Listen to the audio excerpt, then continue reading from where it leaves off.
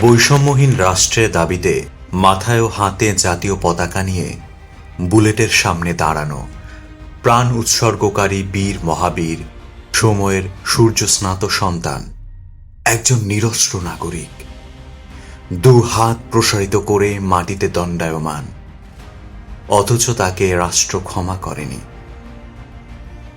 যেখানেই গুলি করেছে সেখানেই জাতীয় পতাকা। বিবেক সুরক্ষা দিয়ে চকিত হাতে পতাকা নিয়ে সূর্যের আলোতে গেঁথে দিয়েছিলে শ্বাস করা ঝুলল।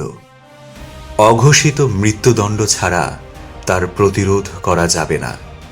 এক আবু সাঈদ অন্যায়ের বিরুদ্ধে, ন্যায্যতার পক্ষে লড়াই ছাড়িয়ে দেবে আকাশে বাতাসে, লড়াই তুলে দেবে ছাত্রদের হাতে হাতে, পতাকা উড়ে দেবে স্কুলে স্কুলে, উঠোনে উঠোনে, গাছের পাতায় পাতায়।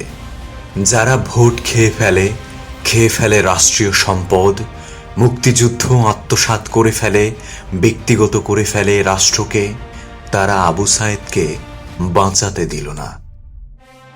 মুক্তিযুদ্ধের 53 বছর পর আবার মুক্তিযুদ্ধ, আবার রক্ত ঝরানো লড়াই, আবার সন্তানের লাশ পড়ে আছে, আবার মস্তিষ্ক ছিন্ন, আবার দেহখণ্ড বিখণ্ড, আবার রাজপথ রক্তরঞ্জিত, আবার মায়ের আহাজারি।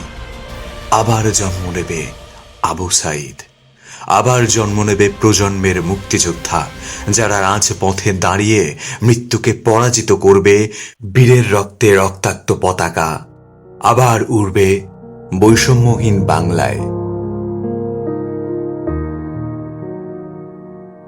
হে বীর, জেনে রেখো, বীরের মৃত্যু নেই। আবার জন্ম নেবে তুমি বাংলার ঘরে ঘরে, আবার পতাকা নিয়ে মিছিলে যাবে অনন্তকাল।